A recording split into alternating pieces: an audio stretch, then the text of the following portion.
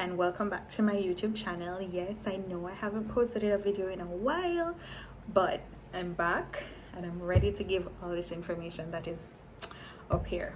All right, so pricing inventory, that's our video topic for the day, and I want to make sure that I really get into the core of this so that there's no disparity as it concerns pricing your inventory, especially if you operate outside of the US. And as you know, my audience in the background, my dogs, will always make an appearance. Okay, so just ignore them. All right, let's go. Now, pricing your inventory sometimes depends on a lot of things, and I'm gonna name them. It depends on your location. It depends on what you're selling. It depends on your audience, and it depends on the quality of item that you're selling. Now, for me, I sell a lot of basics, and from time to time, I'll introduce some pieces that you will need for occasion wear, for example, graduations, weddings, staff parties, or brunch looks. All right, but for the most part, or for the entirety of things, I'll be selling a lot of basic wear, everyday wear. Now, pricing inventory, you have to take a look at that. Now, it will also take in consideration the quality of the items that you're selling and how often you'll need to replenish stock. It will also take into consideration your target and your competitors. Not that you should always be watching what your competitors are doing, but you don't want to price yourself out of business. All right, so you have to take into consideration that information. You also have to take in consideration, if you're selling basics, you cannot be selling basics at the same price that somebody is looking to buy a statement piece for. You have to be mindful of that. Okay, so now that we have that down packed, let's get into the nitty-gritty of things.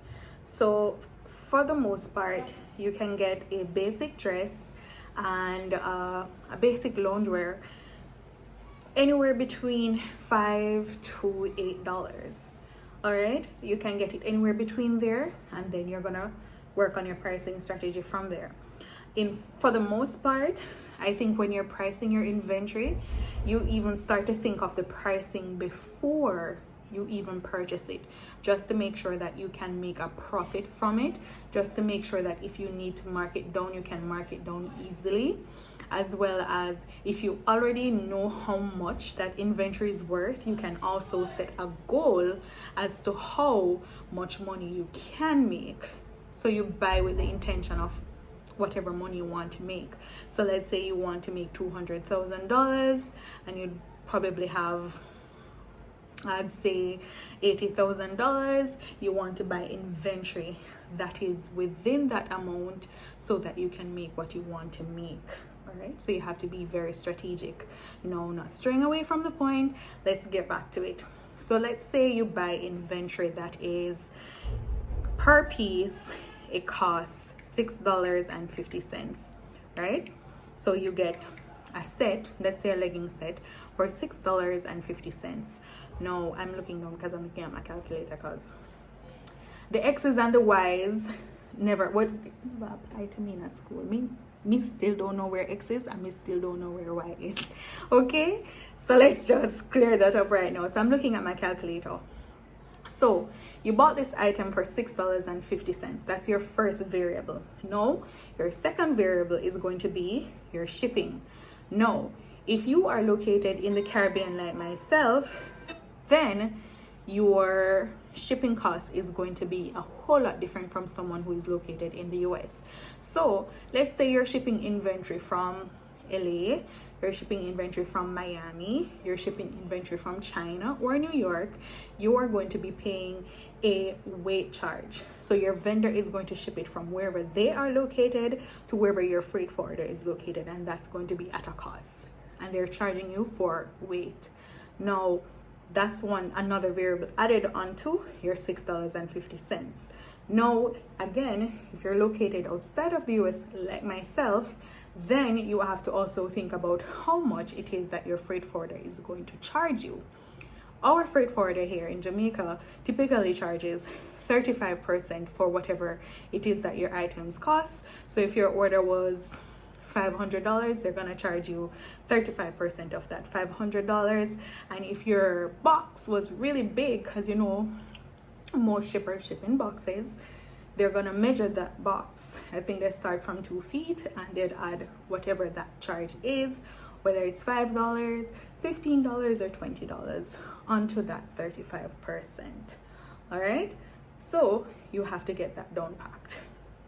Once you're outside of the US, they will charge you for freight forwarding. All right, so if it's Canada, Bahamas, Barbados, Jamaica, anywhere you are that you are not in the same location of your vendor or wholesaler, you have to think about shipping charges outside of the country, or duties or customs or whatever it is that your people charge you. In Jamaica, our freight forwarders bypass that for us, so we pay them, they pay customs, so we don't have to worry too much about that part. All right, again, let's turn away from the topic, let's get back to it.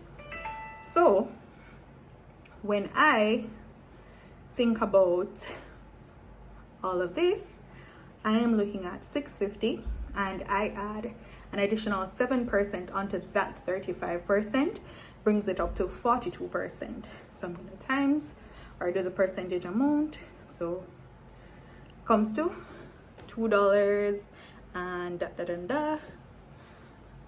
it comes to $2.73. So $2.73 plus $6.50 would give me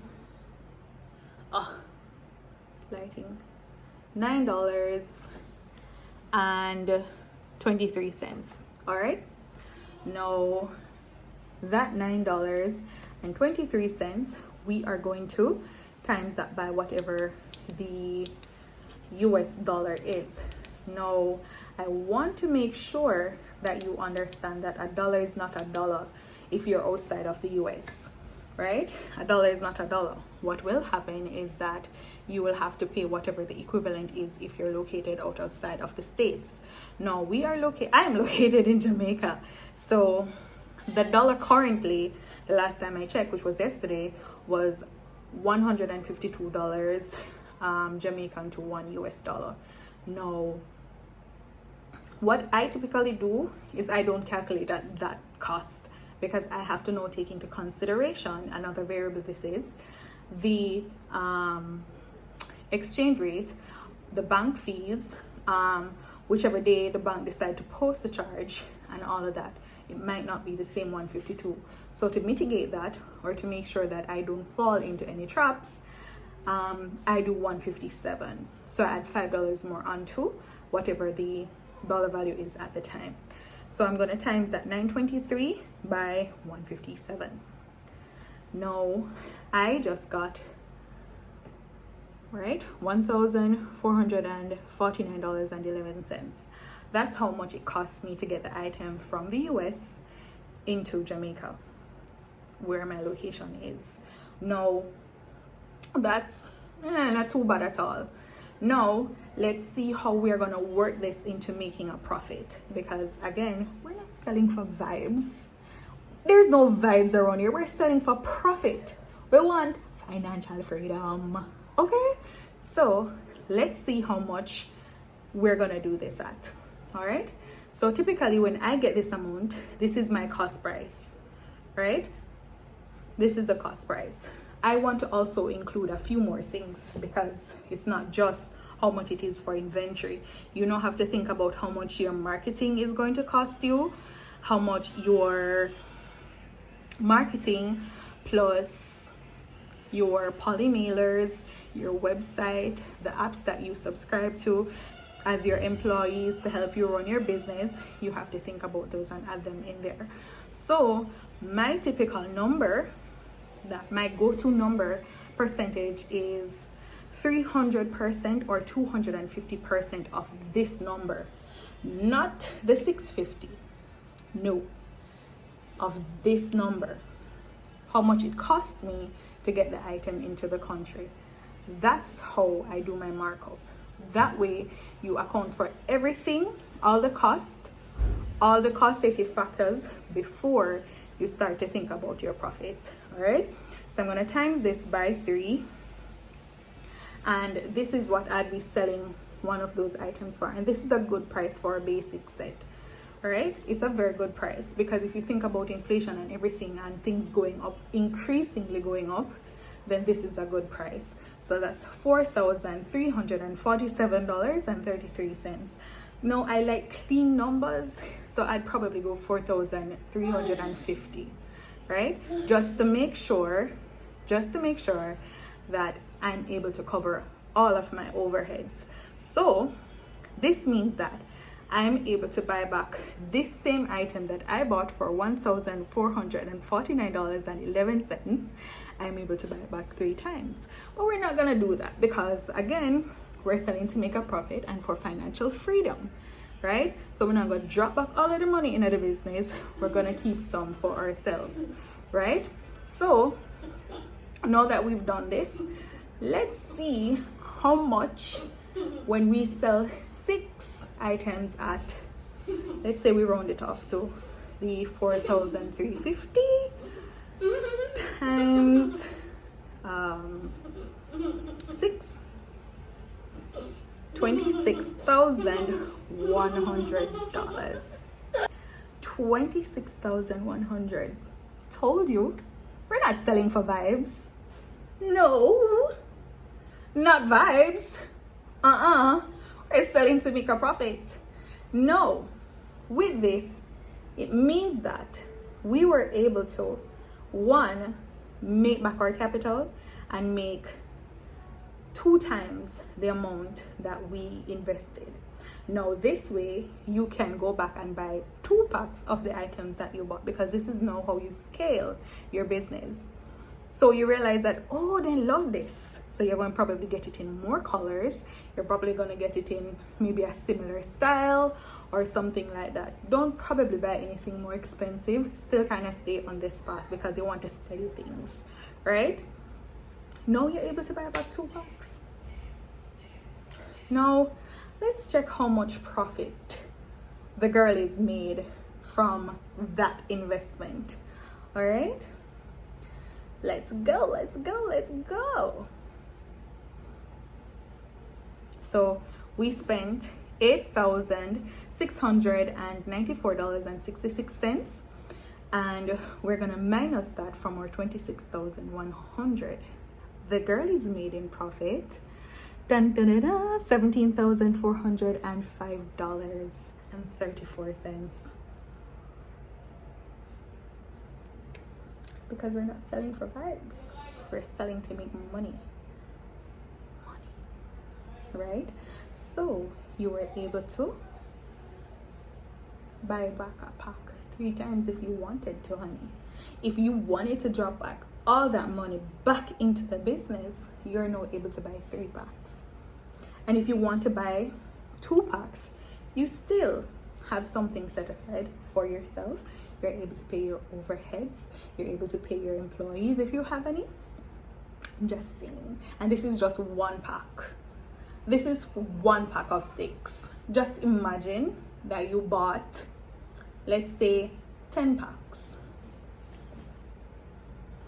All right, let's do 10 packs times 26,100. $261,000. I'm just saying, right? And let's say 8649.66 times 10. It cost you $86,496.06. So you see the math. So I understand that a lot of our international boutique owners as well as boutique coaches will give you this math, that you can do 2.5% of or 250% of whatever you purchase the items for. But you have to also take into consideration the things outside that some of these boutique owners don't experience, which is paying freight forwarders and exchange rates. right? So you have to take all of those into consideration. I hope you found this helpful. I'm happy to be back. Please like, share, and comment down below if you found this video helpful. Please share it with a friend. Tell a friend to tell a friend to tell a friend to tell a cousin. Come watch this video if they are interested in opening a boutique or if they have problems pricing their inventory. It was my pleasure recording this video. I hope to record some more very soon. Thanks for watching. Have a great day.